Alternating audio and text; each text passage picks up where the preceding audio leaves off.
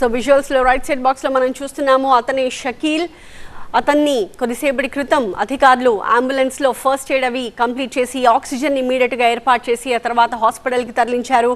అతను ప్రాణాపాయంలో అయితే లేడు, అతను సేఫ్ గానే ఉన్నాడు. కాకపోతే అతను లోపల ఎందుకు ఉన్నాడు, ఎందుకు వెళ్ళాడు అంటే లోపల చిక్కుకుపోయిన వాళ్ళని కాపాడడం కోసం షకీల్ అనే ఈ వ్యక్తి లోపలికి వెళ్ళి లోపల ఇరుక్కున్న వాళ్ళని, ఆ చిన్నారులని కాపాడాలి అని చెప్పి ఒక మంచి ఉద్దేశంతో అతను లోపలికి వెళ్ళాడు. కానీ వాళ్ళ వరకు అతను చేరుకోలేకపోయాను అని చెప్పి బయటకు వచ్చిన తర్వాత అతను వాపోయినట్టుగా మనకు తెలుస్తోంది.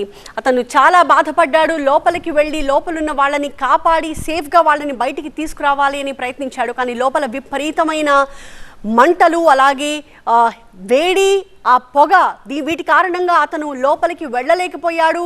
తాను అనుకున్నట్టుగా అక్కడ లోపల ఇరుక్కున్న వాళ్ళని కాపాడి బయటికి తీసుకురాలేకపోయాడని చెప్పి అతను వాపోతున్నాడు. దాదాపు 4-5 గంటల పాటు అతను శ్రమించాడు లోపలున్న వాళ్ళని కాపాడడానికి. కానీ అతను ఫైనలీ బయటికి వచ్చేసిన పరిస్థితి. అతన్ని ఇమీడియట్గా అటెండ్ అయ్యి మెడికల్ టీం అంతా అతనికి ఆక్సిజన్ సప్లై చేసి హాస్పిటల్కి తరలించింది. మా ప్రతినిధి జ్యోతి మనకి లైవ్లో అందుబాటులో ఉన్నారు లేటెస్ట్ అప్డేట్స్తో. జ్యోతి, సో షకీల్ అనే ఒక వ్యక్తి అయితే బయటకు వచ్చారు, ఆయన క్షేమంగానే బయటకు వచ్చారు. కానీ లోపల ఉన్న వాళ్ళని కాపాడలేకపోయానని చెప్పి అతను వాపోతూ ఉన్నాడు. లోపల ఎంతమంది ఉన్నట్టుగా అతని నుంచి ఏమన్నా ఇన్ఫర్మేషన్ తెలుస్తోందా? 2 చిన్నారులు అయితే లోపల ఉన్నారని చెప్పి వాళ్ళ తల్లిదండ్రుల ద్వారా తెలుస్తోంది. అలాగే మరొక వ్యక్తి కూడా లోపల అక్కడ పనిచేసే ఒక వ్యక్తి కూడా అక్కడే ఉన్నాడు. అతనికి సంబంధించి ఏమైనా చెప్తున్నాడా షకీల్?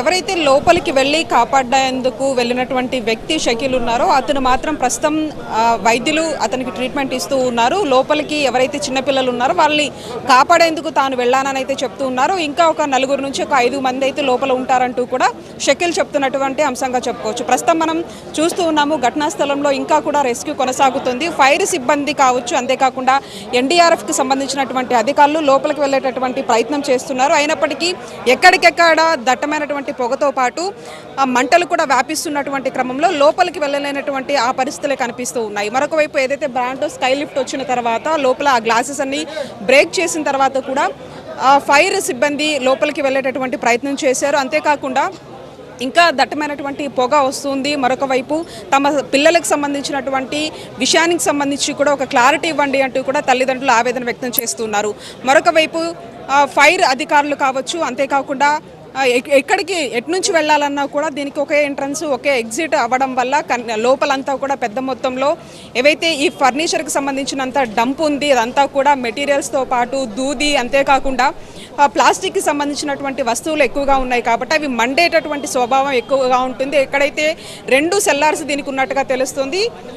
మరొక వైపు పైన అంతా కూడా దాదాపు ఒక 4 ఫ్లోర్స్ ఉన్నట్టుగా తెలుస్తుంది. ఈ నేపథ్యంలో ఒకదానికొకటి కూడా ఈ మంటలు వ్యాపించడం, ఆ తర్వాత పెద్ద మొత్తంలో కూడా ఈ దట్టమైనటువంటి పొగ రావడం అనేది జరుగుతుంది. ఇప్పటికైతే అధికారులు లోపలికి వెళ్ళలేనటువంటి పరిస్థితి. ఒకవేళ వెళ్ళినా కూడా మరికొన్ని ప్లేసుల్లో కూడా మంటలు వస్తూ ఉన్నాయి. ప్రస్తుతానికి మాత్రం ఎవరైతే షకీల్ అని ఒక వ్యక్తి కాపాడడానికి వెళ్ళిన తర్వాత అక్కడ వాళ్ళని కాపాడలేనటువంటి పరిస్థితి, దట్టమైనటువంటి పొగ ఉండడం కారణంగా అతన్ని మాత్రం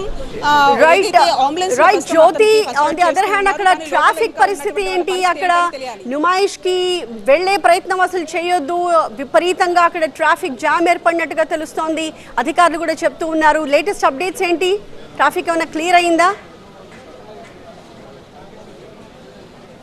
రైట్, మరొక వైపు నుమాయిష్కి సంబంధించినటువంటి ట్రాఫిక్ కూడా ఉంటుంది కాబట్టి ఇప్పటికే జిల్లా కలెక్టర్తో పాటు సిపి సజ్జనర్ కూడా నుమాయిష్కి వచ్చేటటువంటి పబ్లిక్ ఎవరైతే ఉంటారో వాళ్ళు వాయిదా వేసుకోవాలి, ఎందుకంటే ట్రాఫిక్కి అంతరాయం కలగకూడదంటూ కూడా వాళ్ళు ఒకవైపు అధికారులు కూడా స్పష్టం చేస్తున్నారు. మరొక వైపు ఏదైతే నాంపల్లి స్టేషన్ రోడ్డుకు సంబంధించి కూడా పూర్తి స్థాయిలో మొత్తం విద్యుత్ కూడా ఆగిపోయినటువంటి పరిస్థితి. ఒకవైపు ఆ పునరుద్ధరణ పనులతో పాటు మరొక వైపు ట్రాఫిక్కి సంబంధించి కూడా ఖచ్చితంగా ప్రత్యామ్నాయ మార్గాల్లో వెళ్ళాలి. నుమాయిష్ ఉన్న ప్రతిరోజు, అంటే ఈరోజు సాటర్డే కాబట్టి ఎక్కువగా పబ్లిక్ వచ్చేటటువంటి అవకాశం ఉంటుంది. మరొక వైపు ఇక్కడ రెస్క్యూ కొనసాగుతుంది కాబట్టి ఈ రెస్క్యూకి కూడా అంతరాయం ఏర్పడేటటువంటి అవకాశం ఉంటుంది కాబట్టి ఎక్కడికెక్కడ కూడా ట్రాఫిక్కి సంబంధించి దారి మళ్లిస్తూ ఉన్నారు.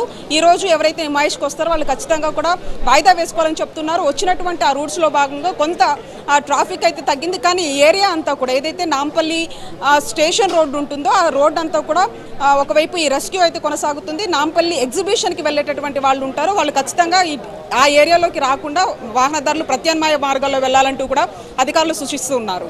Right, thank you Jyothi.